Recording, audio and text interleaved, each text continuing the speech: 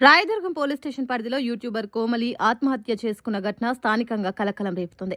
3 సంవత్సరాలుగా మరో యూట్యూబర్తో ప్రేమలో ఉన్న కోమలి ఇటీవల ఏర్పడిన వ్యక్తిగత విభేదాల కారణంగా తీవ్ర మనస్తాపానికి గురై ఈ ఘోర నిర్ణయం తీసుకున్నట్లు పోలీసులు ప్రాథమికంగా భావిస్తున్నారు.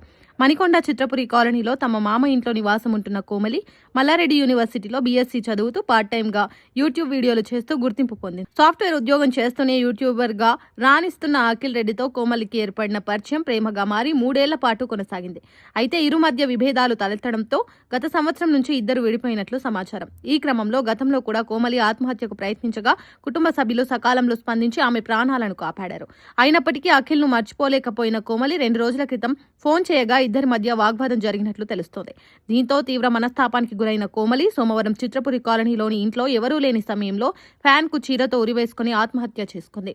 సమాచారం అందుకున్న రాయదుర్గం పోలీసులు సంఘటన స్థలానికి చేరుకుని మృతదేహాన్ని పోస్టుమార్టం నిమిత్తం ఉస్మానియా ఆసుపత్రికి తరలించారు. ఇక కేసుపై దర్యాప్తు కొనసాగుతూనే ఉంది.